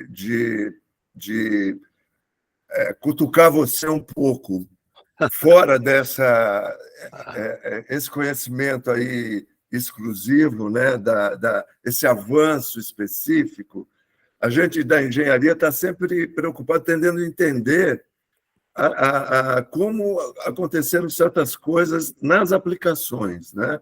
Sim. Eu vou pedir para o Arnaldo fazer uma pergunta para você também. Isso é que eu nunca fiz, tá? Mas tudo bem. Sobre uma outra aplicação que a gente está discutindo, que a gente está em dúvida. É incrível, né? As aplicações que eu faço são aplicações para, sei lá, fenômenos sociais ou biológicos, ou coisas desse tipo, mas das técnicas utilizadas em física e estatística, tá? Tudo bem. E às vezes com resultados ruins, viu? Tá? Tudo bem. Tá? Mas exatamente nessa linha, se você pudesse ampliar um pouco que tipo de aplicações, né, a física e estatística tem gerado ao longo do tempo, né, aplicações comerciais mesmo. Sim. E, enfim, expandir um pouco mais nessa linha, coisas bem práticas, né? Bom, eu tenho um conhecido meu, francês, etc., que tem um livrinho interessante. O título do livro é Teoria dos Riscos Financeiros, em que ele usa as equações da mecânica estatística de equilíbrio, etc., analisando os resultados de bolsa e daí por diante, tá? Correto. Aparentemente, tem um pessoal, tem uma equação chamada equação de Black-Scholes, tá? Um desses indivíduos tem um prêmio Nobel de Economia, etc. Tal. E esses indivíduos também faziam isso, são conhecidos por usar.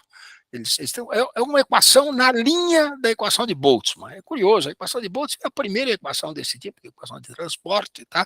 Depois eles fazem equações, né? Tem uma equação chamada equação de Fokker-Planck, que vem logo depois, do ponto de vista quântico, etc., que é muito interessante, porque é uma equação para as próprias probabilidades, em vez de ser para a função de distribuição, para probabilidades. Então, você começa a fazer essas equações para derivativos, dados de bolsa, etc. Tal. Esses indivíduos, Black e Scholes, foram pioneiros nisso, tá? Certo? Só que a firma deles, aparentemente, em Wall Street, acabou falindo, né? Que é a Limited Capital Assessment, ou alguma coisa desse tipo, tá? Correto. Agora, há muitas tentativas desse tipo. Outras coisas que têm ocorrido atualmente são aplicações desses métodos de física e estatística para sistemas que são definidos em redes. Bom, redes podem ser redes regulares, né? Claro, as redes com quem eu trabalhei foram redes da matéria condensada, né? Redes cristalinas, etc. Agora, atualmente, existe um interesse muito grande em redes, que são redes de nós e arestas, etc., que se ligam, né? Por exemplo, a internet é uma rede, né? Certamente não é uma rede regular, né? E existe muito estudo de redes, né? Existe um nome em inglês, networking, que é um estudo de redes, etc. São métodos que foram usados pioneiramente em física e estatística, que são transpostos, então, para essa outra área. Tá? Usa-se a ideia por exemplo, essa formalização de Jaynes, né, que é o princípio da maximização da entropia. Escreve-se uma entropia para uma distribuição de partículas, né, de distribuição de agentes, né? A gente não fala partículas, fala agentes, né, em redes dessa natureza, sob determinadas condições. Então, essa entropia deve ser maximizada dadas certas condições. Tá? Bom, esse é o procedimento usual da física estatística. Bom, eu poderia colecionar, eu não colecionei uma série de exemplos dessa natureza, mas isso é a ordem do dia. A ordem do dia é isso, né? É fazer essas aplicações. Tem uma aplicação que perturbou a minha área aí durante 20 anos, tá? Que essa daí daria para ter feito, sinto muito, mas eu não fiz. É o fato de um modelo magnético. O modelo magnético é um modelo que tem spins para o modelo mais simples magnético tem spin para cada sítio tem um spin que pode estar para cima ou para baixo, up ou down, como a gente disse. Então esse é o chamado modelo de Ising. E a gente pode dizer que esses up ou down são clássicos, não precisa, quer dizer, a discretização quântica está apenas em dizer que ao invés de ser um vetor é up ou down, para cima ou para baixo. Tá? Então, modelos desse tipo modelos magnéticos desse tipo são muito estudados. Eu mesmo trabalhei em diversos modelos desse tipo. Aí, no determinado momento, aparece um interesse em trabalhar com modelos desse tipo, mas com desordem. Desordem significa que você tem íons diferentes num cristal, ou então tem, digamos, conexões entre os íons são diferentes, etc., e distribuídas aleatoriamente. Então, o modelo com desordem. O modelo com desordem, eles são muito difíceis. Eles foram muito interessantes do ponto de tratamento do que acontece. Qual é a mecânica estatística de um modelo magnético desordenado? E, de repente, existe um fulano ligado à física de estado sólido, muito conhecido, certo? Que percebeu que esse tipo de modelo podia ser usado para modelar uma rede de neurônios. Isso teria conexão com um modelo neuronal. É um fulano chamado Hopfield. Então, o modelo Hopfield ficou famosíssimo, certo? É um modelo que tem defeitos do ponto de vista biológico, mas é um modelo que dá para fazer cálculos. Só que os cálculos são cálculos muito difíceis. Ficaram rondando a gente durante anos e anos. Há um físico italiano chamado Giorgio Parisi que descobriu uma maneira inteligente de fazer cálculos para modelos dessa natureza, principalmente para um modelo tipo Hopfield, etc. Tal, e depois percebeu que ele podia criar modelos semelhantes, certo? Que também são usados em outras áreas. São usados, por exemplo, em climatologia e daí para diante. Bom, resumo da ópera, Paris ganhou o Prêmio Nobel de Física o ano passado, viu? Ele e 2 climatologistas. Tá? Eu não conheço os modelos de climatologia, mas eu conheço bem certo modelo de Hopfield e modelos magnéticos desordenados. Bom, Silvio, ok. mais uma pergunta aqui, mais um participante levantou a mão, vamos passar para ele para fazer tudo bem. Uma pergunta também. O Armando, por favor, Armando. Pois não, obrigado, Silvio. Uma pergunta de curiosidade e uma de interesse pessoal. A de curiosidade, a física, vamos dizer, convencional, ela foi baseada, basicamente, todas as descobertas em cima de experiências, né? Sem dúvida, sem dúvida. Enquanto que nessa estatística, eu imagino a dificuldade para fazer as experiências, como que eles conseguiam. E também, hoje, você mesmo disse, é tudo feito no computador. Naquela época não existia computador. Então, como o pessoal conseguiu primeiro fazer a experiência e depois desenvolver essas modelagens? E a segunda pergunta minha seria um pouco egoística. Eu sou engenheiro elétrico e hoje, no setor elétrico, nós estamos partindo para uma verdadeira balbúrdia no futuro. Antes era praticamente como uma física convencional. Você tinha o gerador, o transmissor, o distribuidor e o consumidor. Hoje em dia, o consumidor está gerando energia, metendo essa energia na rede, a tendência é que isso vai continuar, e o que se está falando é que a gente vai ter que, além de controlar a geração, passar a controlar os consumidores também. Então, vai ser uma coisa como essa que você falou aí, meio que balbúrdia. Tem alguma noção de se alguém já está pesquisando o uso dessas tecnologias para a energia elétrica? Não? Olha, eu não sei, mas o que você me diz é um sistema de redes complexo como esse que eu falei. Tem muita gente pensando nisso. Tem muita gente trabalhando especificamente nesses modelos de redes, etc. Né? Bom, eu estou um pouco mais por dentro do pessoal que faz modelos neurais, né? Redes neurais, né? Modelos de aprendizagem, e daí por diante. São modelos desse tipo, correto? Agora, por exemplo, mas o modelo que você está falando é um modelo de rede com nós, que são nós aleatórios, etc. Né? Então, você tem uma aleatoriedade da distribuição dos nós e tal. Esses problemas são sistemas complexos que estão na ordem do dia atualmente. É como eu falei, né? Quer dizer, o Prêmio Nobel do ano passado foi dado para gente que pensa modelos dessa natureza. Né? Olha, eu trabalhei em modelos de redes neurais, mas modelos simples de redes neurais. Eu ainda não peguei uma situação tão complexa. Tá? E esse modelo chamado modelo de Hopfield, existe um modelo em magnetismo chamado modelo de Sherrington-Kirkpatrick. Olha, foi um problema a gente descobrir uma maneira razoável de encarar e solucionar esse modelo. Tá? Foi um problema. Tá? Agora, uma notícia que eu li hoje, acho que ontem, no New York Times, é sobre a rede elétrica americana. Né? Aparentemente, a rede elétrica nos Estados Unidos vai ter problemas muito sérios também, é o que eles estão dizendo. Né? Certo? Ela não foi planejada para injetar outras formas de produção de energia e daí para diante. Tá? Não sei, eu li isso no New York Times, en passant. Tá? Bom, isso está acontecendo no mundo todo. Todo mundo com a energia solar é uma fonte variável, a eólica também.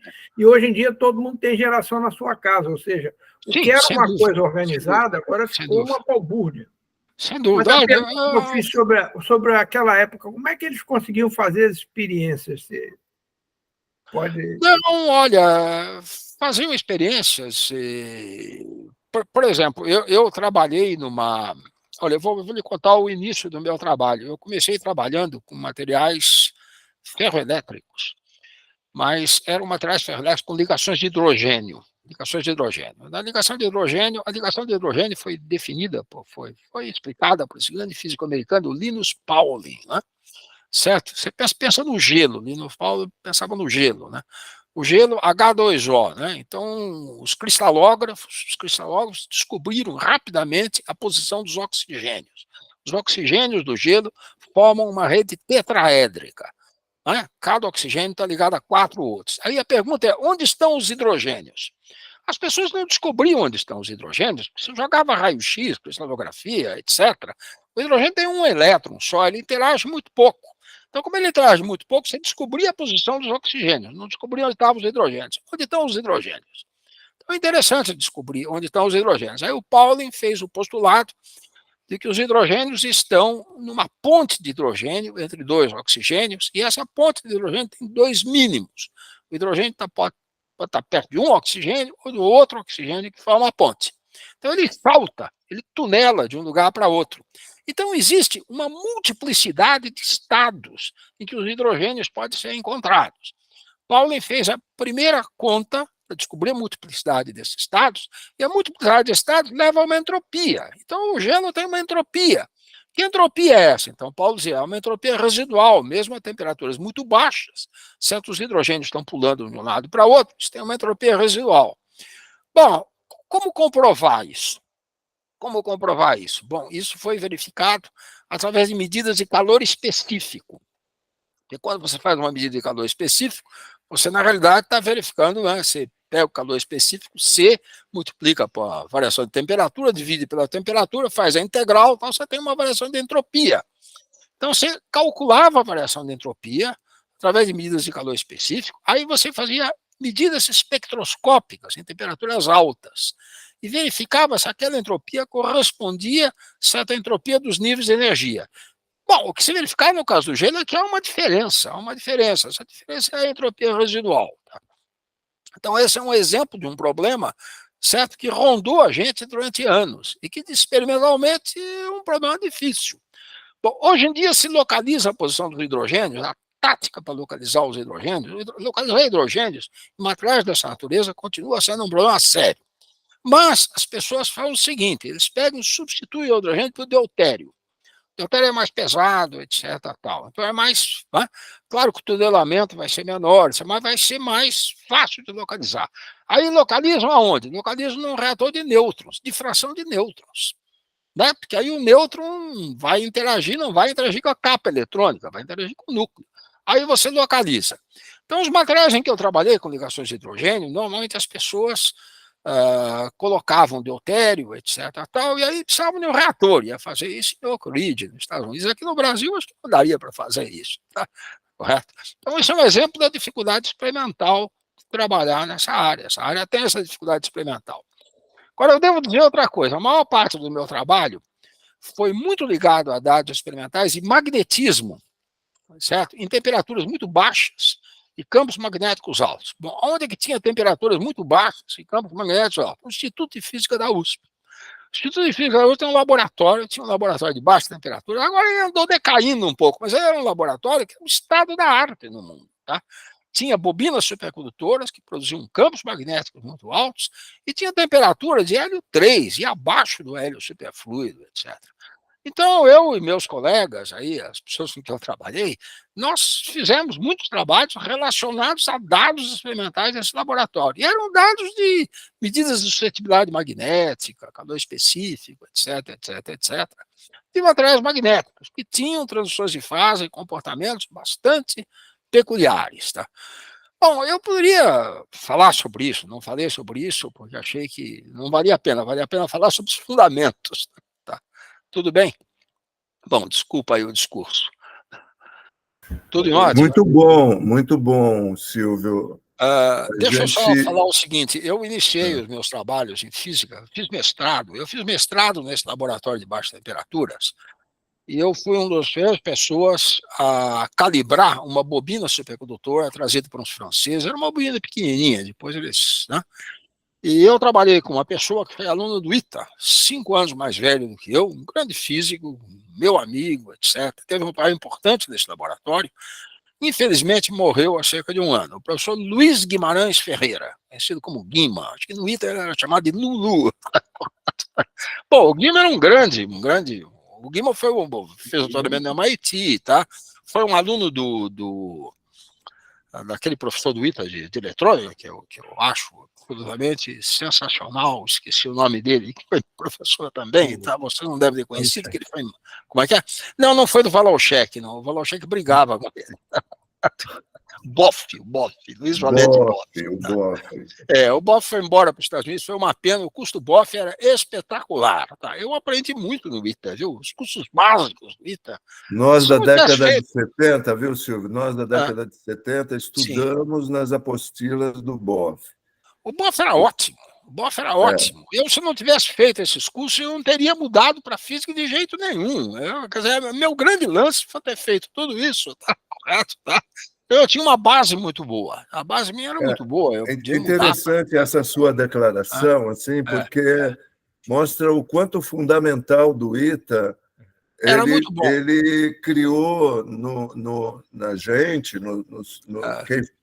nos iteanos que puderam fazer o curso, né? Uma base que permitiu avanços em várias áreas, mas permitiu também o desenvolvimento científico, né? Como você está mostrando. Eu gostaria de fazer uma pergunta. Olha, deixa eu fazer uma observação mais para vocês. Eu fiz os cursos de matemática no ITA, cálculo 1, os cálculos e geometria analítica e vetores, estudando pelos livros do matemático que fundou o departamento no ITA, que foi o professor Murnaghan, Francis Dominic Murnaghan, tudo bem? Tinha 100 livros na biblioteca, a gente estudava, os professores às vezes eram limitados, mas a gente estudava os livros, etc. Tal. Então, realmente, eu segui o Murnaghan. Muitos anos depois, eu li a biografia de um probabilista, um físico estatístico probabilista polonês de alto nível, um dos maiores do século XX, chamado Mark Katz, e ele fala extremamente bem do Murnaghan. O Murnaghan foi o cara que recebeu na Universidade de Johns Hopkins, nos Estados Unidos, ele cita o Murnaghan, grande matemático aplicado, etc. Então, o fato de ter gente muito boa no ITA foi muito importante, né? Esse departamento de matemática, o Murnaghan deve ter imposto o programa dos cursos, tá? E os livros dele, né? Certo? Tudo bem, desculpa aí. Ok, a minha pergunta volta para a aplicação. Depois dos transistores, o laser fez um avanço impressionante na área médica, em várias áreas na comunicação. Como isso está relacionado a partir daquele momento, parece esse começo aí de final do século e começo do século XX, né? Como é que surge o laser, né? Você pode nos falar um pouco sobre isso? Olha, eu nunca trabalhei na área de ótica, né? O laser é a ótica quântica, né? O laser é a ótica quântica, é a ótica com os requisitos da mecânica quântica e da mecânica estatística quântica, sem dúvida, né? Eu nunca trabalhei nessa área, etc. Tenho vários amigos que trabalharam, né? Quer dizer, tinha até uma pessoa que foi professor do ITA, que já faleceu, foi professor da Unicamp, um dos fundadores da Unicamp, né? Que trabalhou na Bell durante vários anos, ele descobriu vários lasers, etc. Pelo que ele falava, ele tinha descoberto todos. Tá? Esqueci o nome, não vou dizer o nome dele, tudo bem, tá? Então, realmente, essa área é uma área forte na Unicamp, forte na USP também, certo? Mas eu nunca interagi com essa área, eu não tenho trânsito. Forte também na física da Federal de São Carlos. Sem dúvida. Bom, e também na USP de São Carlos, sem dúvida nenhuma, tá? Também está correto. Desculpa, na USP de São Carlos, exatamente. Na USP de São Carlos, o meu amigo Panhato, etc. Olha, tudo bem, tá? Sem dúvida nenhuma, tá? Não, eu nunca tive interação com eles, etc. Né? Ok. Eu vou passar para mais uma pergunta, Silvio, de mais um participante. O Antônio Barros, por favor. Pois não. Tem que abrir o microfone, Barros. Você está com o microfone fechado.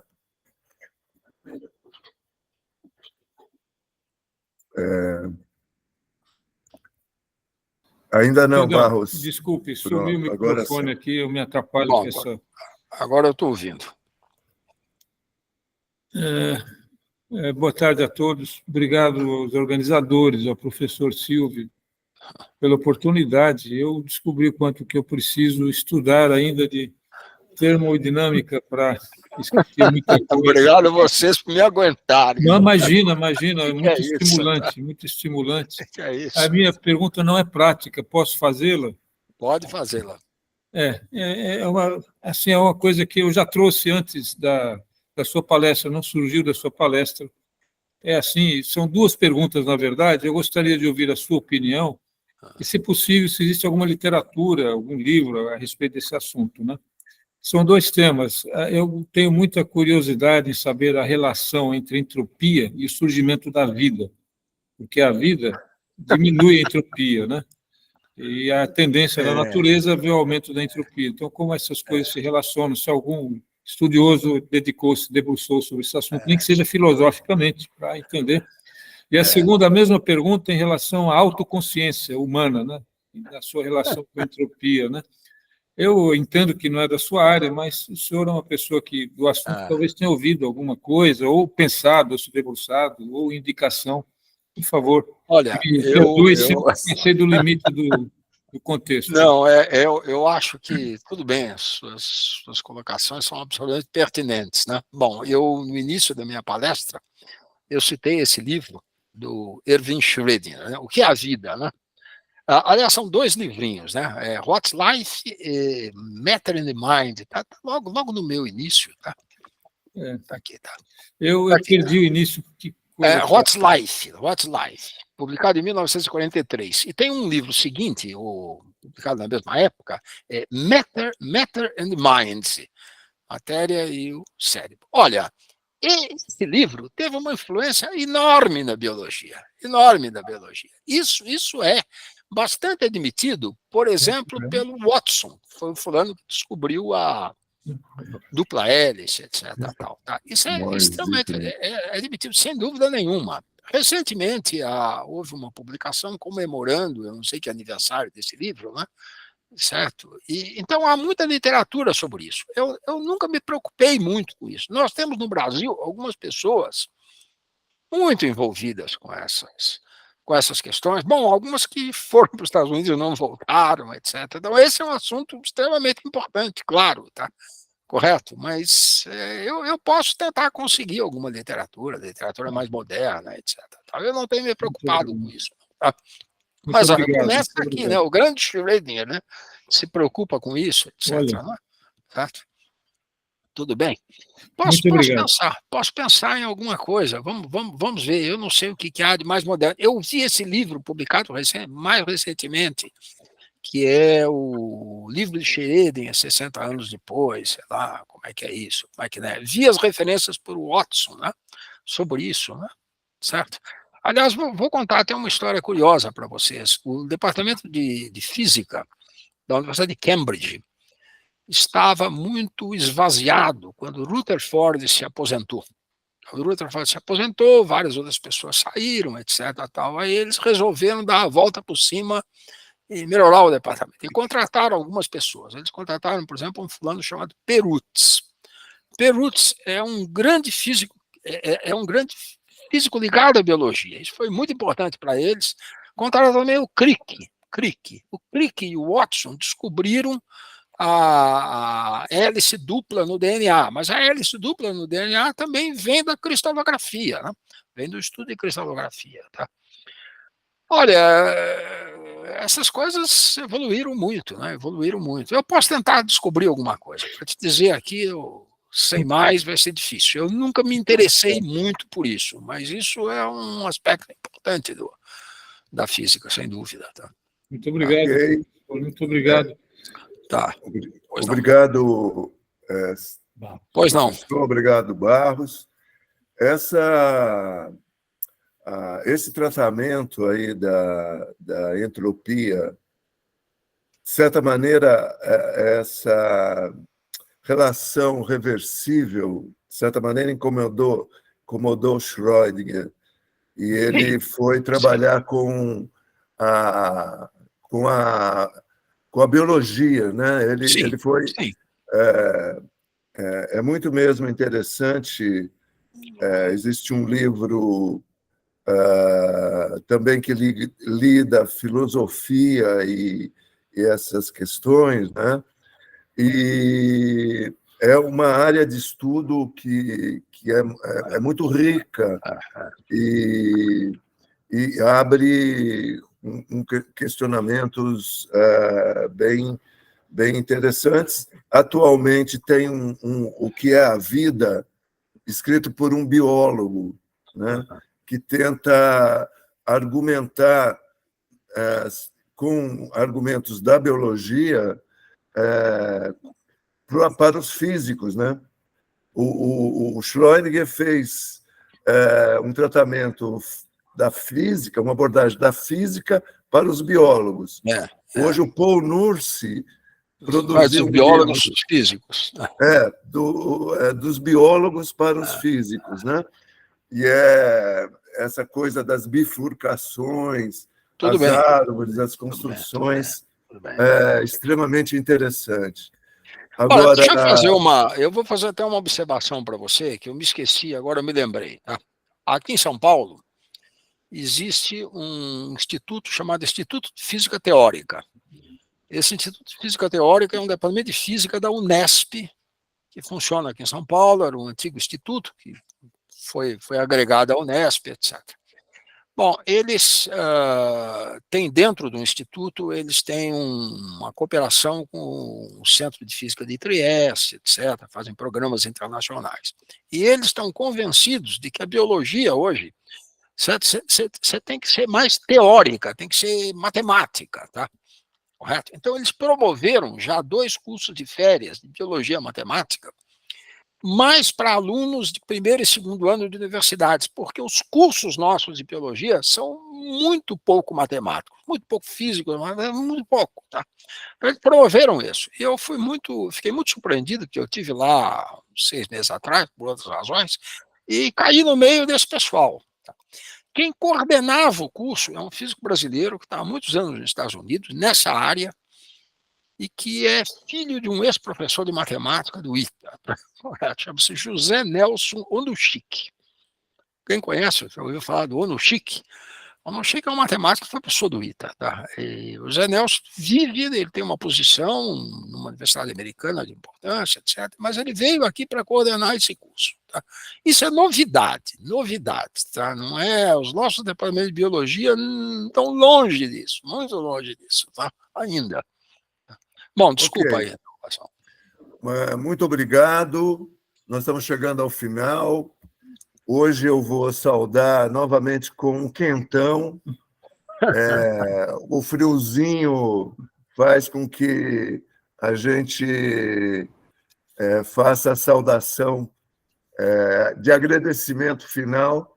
Vou fazer com um quentão e a gente vai encerrando, agradecendo a participação de todos e a palestra do professor Silvio Salinas. Posso parar o compartilhamento? Um abraço, pode, claro. Um abraço a todos, então. Não, mas não parou. Parou já, sim. Parou sim, agora. Parou. Boa noite. Bom, eu vou parar a gravação. Vocês me aguentaram aqui, um absurdo, né?